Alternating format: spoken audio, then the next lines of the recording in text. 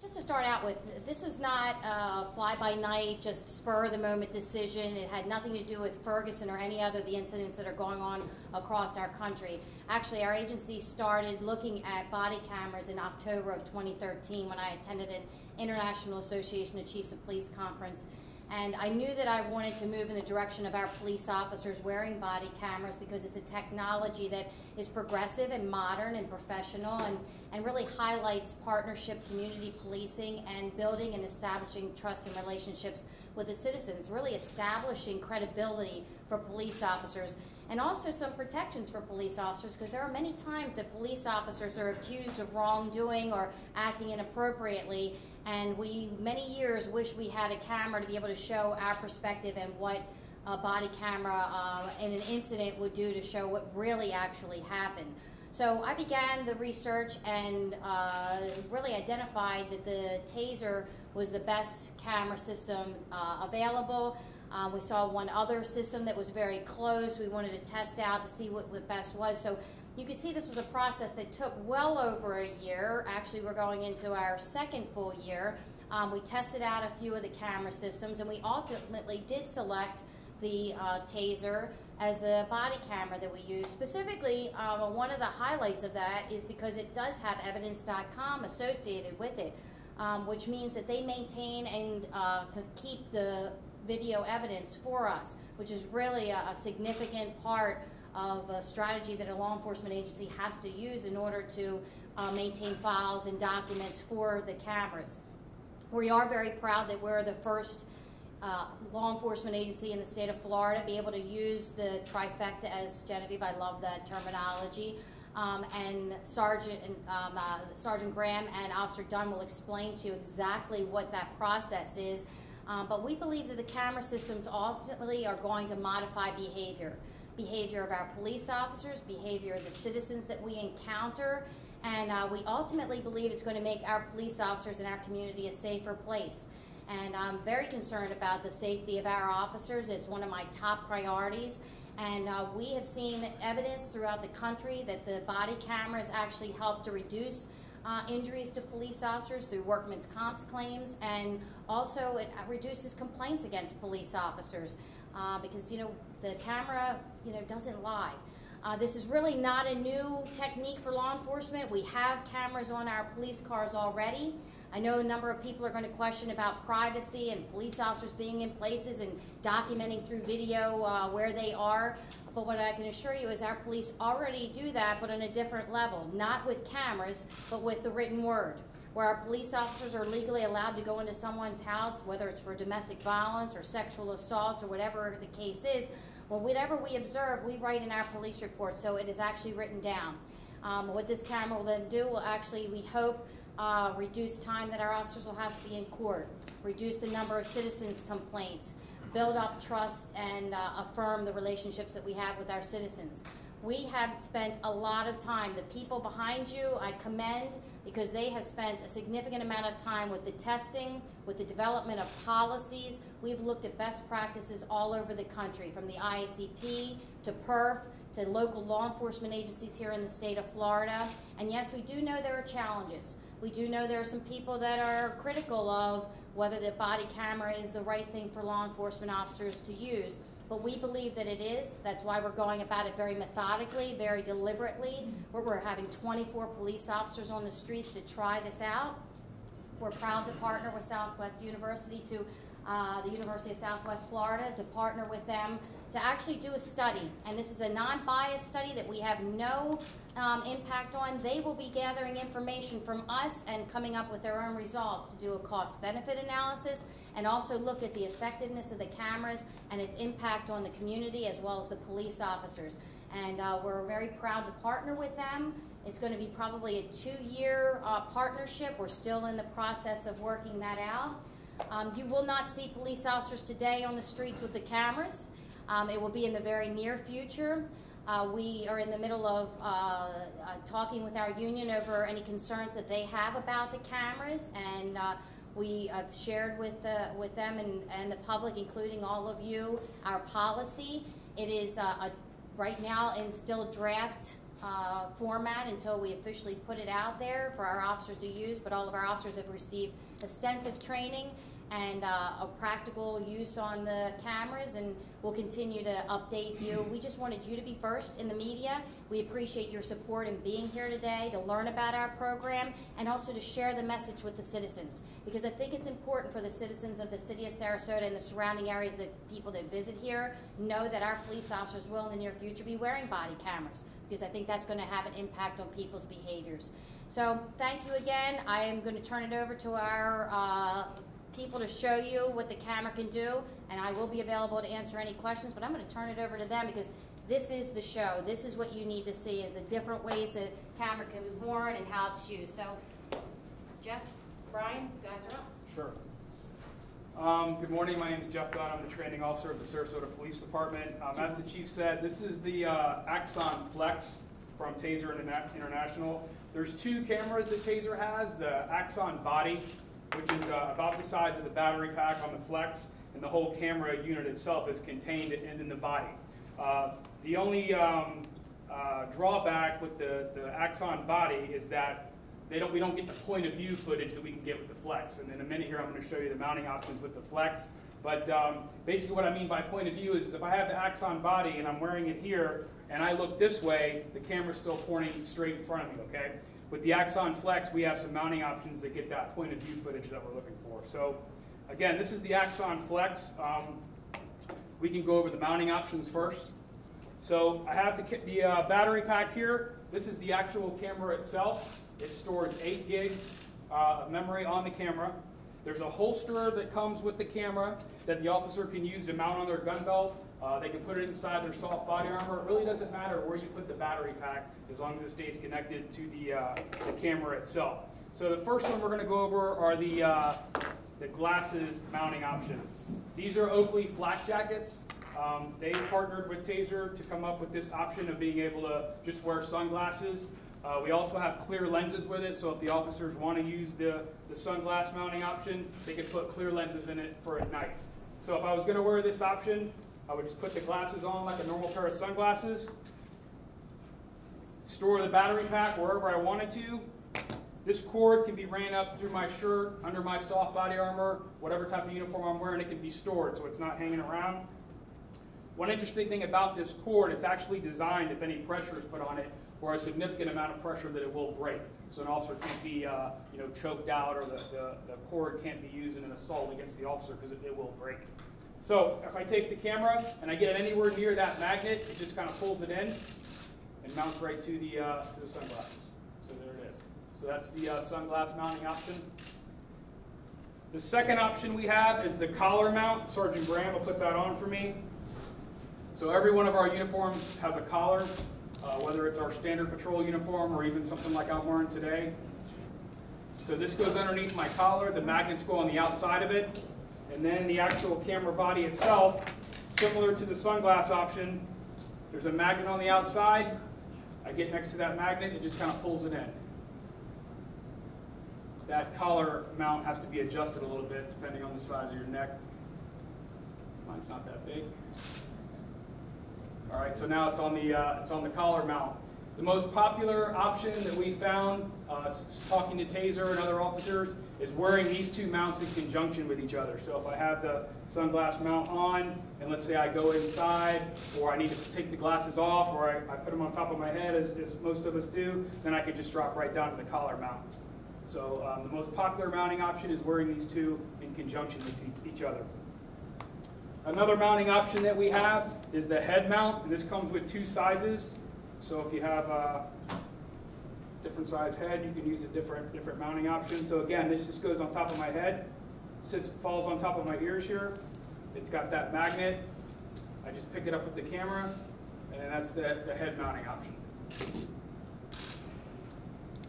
The last mounting option that we have here today to show you is the epaulette option. So everybody's familiar with the epaulette that we have on our police uniforms. So this piece here would go underneath the epaulette, and you'd wear it on here just like this. Again, the magnet comes into it, and it hooks right into it. And that's the epaulette mounting option. The last option that they have available, which we are going to get if our officers requested is they have an option that mounts to your ball cap. You've seen the Sarasota Police baseball caps that our officers wear. Sometimes they can mount it to the ball cap. So those are all the mounting options as far as the Taser or the AXON Flex is concerned. Any questions on the mounting options or anything up to this point? Okay, so a little bit about how this, just jump in anytime. Okay, It's fine. No, it's fine. I mean, I'm good. A little bit how this, this camera works. So again, this is the battery pack. Nothing's stored in here. This is the actual digital video recorder here. And it stores 8 gigabytes of video on here. So I turn the camera on by putting the power button on the battery pack here. And then I mount it wherever I want to mount it with the options. For the sake of this demonstration, we'll just use the glasses. So once I turn it on, it's going to show me a green blinking light. And that's how I'll leave it the whole shift until I want to actually activate it. Now, when it's in that mode, that's called the buffering mode. And what the camera's doing is constantly recording 30-second chunks of video only. The idea behind that is if I turn the camera on, if I actually activate it through the event button here that we're going to talk about in a second, it goes back to the last 30 seconds of video only. It's not necessarily recording, it's a little confusing all the time, my whole shift. In that buffering mode, it's getting 30-second chunks. So every 30 seconds it's erasing and recording another 30 seconds. So when I do activate it, it'll go back and get that 30 seconds. So if I'm like let's say I'm at an intersection, somebody runs a red light, now I activate the camera, it's going to go back 30 seconds video only and actually show that person running the red light. So if I want to actually turn it on so it's recording video and audio, there's a button right here. I'm going to double tap that event button, we call it, twice. It's going to make a beep, and it's going to go to flashing red on the battery pack. Now I know I'm actually recording both video and audio. If I want to stop recording, I'm going to hold that event button for 3 seconds. Same button that I used to activate it. After holding it for 3 seconds, I'll hear another beep. It goes back into that buffering mode. So that's how I would activate the camera to begin recording both video and audio. Do you think of anything else? So here's a little bit about workflow. Here's how it would work on a, let's say, a typical day. The officer would mount the camera however they choose to do so, activate it so it's in that buffering mode.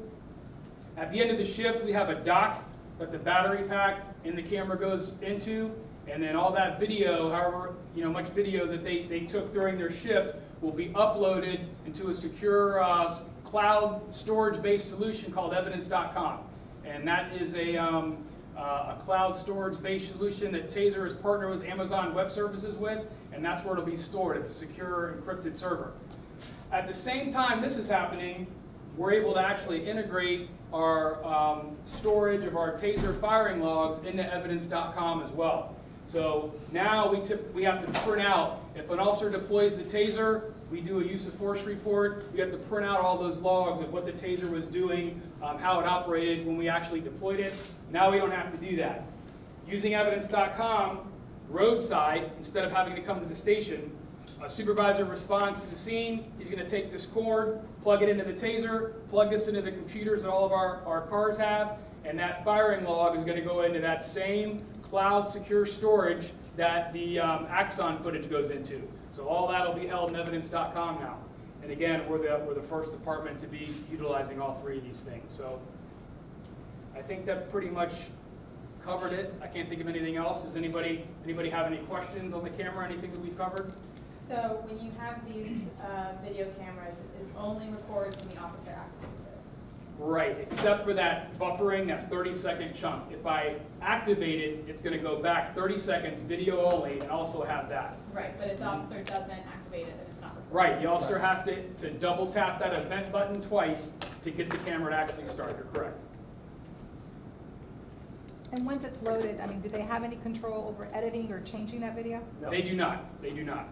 They can't alter it. They can't erase it. They can't delete anything. There's nothing that they can do to it. Their permissions consist of labeling the video, case number, and a category for how long it'll be retained, and that's it. And we can talk a little bit about that. That's a good point to bring up. So as I take a video, let's say I go to a call, I'm videoing the call, I'm done with the call. So what I'm going to do is is I'm going to label that video with data, with the case number, title, and a retention category, because we have to, by law, keep the videos depending on what retention category they fall in for a certain amount of time. So like some things are 90 days, some things are 100 years. So it's important that we label that category. There's two ways that I can label it. I can take a smartphone, an iPhone that has an app. I have it on this phone, an AXON Flex app. I go right to it. It's used as a viewer only. None of the footage is stored on the phone. I can pull up that video, I can tag it, and then it's done. I've tagged that video. It has the retention categories, the title, and the case number. The other way is I can use a USB cord, plug it into that same mobile data terminal that we were talking about earlier with the tasers, and I can tag the video that way. But that's the only thing that the officers can do, and that we have to do, is label it with those retention category periods. Will the officer be able to go back and review the footage themselves? Yes, he will. He can review it on his smartphone until it's uploaded. Once it's uploaded, he or she can go into evidence.com on our laptops and view it then. And they only can review their own videos. Right. Any other questions? Are there policies about anytime there's some arrest or charge, there has to be video if they're wearing one? Yes, we have a pretty in-depth policy, but as far as that question goes, anytime an officer is doing any official police or police duty action, we're gonna record it. So anything outside of, hey officer, how do I get to Starbucks or something? Anything that's official, any kind of police capacity, the policy says that we're gonna record that. Is there any risk of battery life running out by the end of the No, that's a great question. Actually, and I forgot to bring that up. This battery pack is supposed to last 12 to 18 hours. Matter of fact, if it lasts for less than 12 hours, Taser will replace it under their warranty. They say that it lasts in the better part of about 18 hours. Our shifts are 12 hours if you work in patrol, so we shouldn't have any issues with the battery. Let's just say that it's a really bad shift and I'm here 18 hours. You can plug this battery into that same mobile data terminal with the USB cord, and they'll charge it from there also. So if I had to charge it, I could do it that way. How easily will we go back and review the video? Will it be by shift or will it be by the individual case? To review it by the officer or? By the officer, or even say I'm filing a public records request and I want one specific incident. Is it filed as a specific incident? You know what, I might, Joe, would you be better to answer that question for me? We file everything and label everything as case number. That's how we keep track of everything. Right. I didn't want to answer it wrong. I didn't go to law school. Any other questions? How much time can they record on that? How much video time? It's about 9.5 hours. 9.5 hours? Depending on the type of video audio, but it's Standard def, high def? what's that? Is it standard definition or high definition, or do we know? I think it's considered high definition. 1080i? 1080p? Yes. How long does it take for the video to upload? Like, let's say you're out somewhere, maybe on a standoff, Sure. 9 hours passes. What do they do? Like, can they load it and then go back? That's a good question. As far as uploading videos, there's two ways to do that. You can do it on the laptop, but we're not going to do that because it takes so long doing it that way with the 4G connection. So what we recommend is they use this docking bay. And as far as how long it takes, it just depends on how much video is on it. They said that even if there's a lot on it, they're looking at 3-4 hours. So definitely by the time that the officer comes back on shift and uses the camera, because the cameras are going to be assigned to one officer. So one camera, one battery pack, one officer, it'll be uploaded by the time they come back. If we had a critical incident and we needed to upload just one particular video footage, it would again just depend on how long it was. Would there be maybe extras in case, let's say, they didn't have time to finish uploading, but they needed to get back out to something? That won't happen, because even if this had the maximum capacity on it, the camera rather, where it's stored, it would upload in 3 or 4 hours. So when they work a full shift, they have at least 12 hours off. So if one of them malfunctioned or went down, just like the tasers or our firearms or other equipment, we always have spares. So if that would better answer your question, we would have spares available to issue out. How have talks been going with the union about the body cameras? I mean, is this going to be a difficult negotiation you're stepping into? Stand in the middle. We're in actually, I think they're in a meeting right now discussing it. So our union is, we have a good relationship with them, so I think we'll be fine. We're just waiting to hear what their concerns are, and we'll review it and make a decision based on what we think is best for our agency. So that's what's We don't know what their concerns are right now. Do you know what, do you have any kind of time range on when you can expect to see these on the streets? As soon as we're done with the impact bargaining with the union, as soon as that's done, that's when they'll be out on the street. So we're hoping, we had a March 1st kickoff date is what we're still geared towards, but it's probably going to be more like mid-March now is the time frame for the kickoff. If you want to talk about it, my understanding is with the app, you can actually also see a live feed from the camera. So if you want to use it to stick it around a corner or something and see. Yeah, you know what? That's a great question also. Yes, you can do that. So I can use the smartphone as a viewer, okay? So, and the camera's a magnet. So I could use an expandable baton. Some of our tactical units, we have mirrors that are on metal poles. You could attach it to that. Yes, you could do that. As long as the only thing we're putting out in training is that, let's say that I'm going to do that, I just have another officer, providing cover for me because I can't operate an iPhone and a camera and, protect myself at the same time. But yeah, you can do that because the camera is only a viewer. You can use that. Also, what we're putting out in training is using it as a viewer is once they get the camera situated to check, where it's pointing and make sure they have a good view of it that way as well. But yes, you can use it for that. Yeah, but you can't download just a little clip and email that out to the chief to say this is the problem right here or anything like that? Here's how that works. There's something called sharing with the video. So let's say that I had a video on my Flex and I wanted to share it with that same scenario you gave with the chief. I would be able to send her an invite through evidence.com. She would have to log into her account, accept the invite. I would give her permissions, even though she's the chief, how many days that she could view it. I just set those up, how many days I want to put in there. You can change those depending on the person that is going there. And then there's also something called the audit track at evidence.com. Anything that you do with those videos is tracked. So let's say that I give the chief permission, I share the video with her, she views it, and then you pull up the auto track after that, it's going to show that Officer Dunn logged in, gave Chief DiPino permission to view it, Chief DiPino logged in, viewed it, it's going to show everything that we did with it. But you can't do that out in the field. You can't say, well, you just arrested this person and we think... No, it has to be downloaded. You got to up to the cloud before anybody can see it. That's correct. That's correct. And we really like the tracking ability here. It allows us to make sure that things aren't being transmitted to people that don't deserve to have or have the right to observe. And this is where we're really keen in understanding how privacy rights and this isn't going to be people sending videos out all over the place because they saw something that was humorous or something that was tragic. We're very cognizant of that, and we have a very professional police department. We trust our police officers every day to go out on the street with a gun. They are allowed to take somebody's life to defend themselves or somebody else. They also can take away your freedom and arrest you. So I trust our officers to have body cameras and make the right decisions and judgment on the scenes where they need to video and who they need to share the video with. Just to clarify, each officer will have all those different options on how to wear, so they'll always have those on hand if they That's want correct. the collar or the headset or... We're putting 24 of them out in our pilot program, but every officer is going to get this entire kit. They're going to get the battery, the camera itself, obviously, the holster, and that full range of mounting options, so they can change around. Maybe some of our officers wear different hats, so they may do something during the day where they want to change the mounting option. We also have, for our SWAT team, we have a helmet mounting option that we're going to be able to mount them right to our ballistic helmets. So, yes. We think that's important because if we just had one way, it may not be comfortable for the officer. We wanted to give them various ways because we want them to feel comfortable using this piece of equipment. They'll be wearing it for long periods of time. We wanted to give them the flexibility to whether it's the sunglasses or the collar or on a hat or on the epaulette, whatever it is. We wanted them to feel comfortable with that.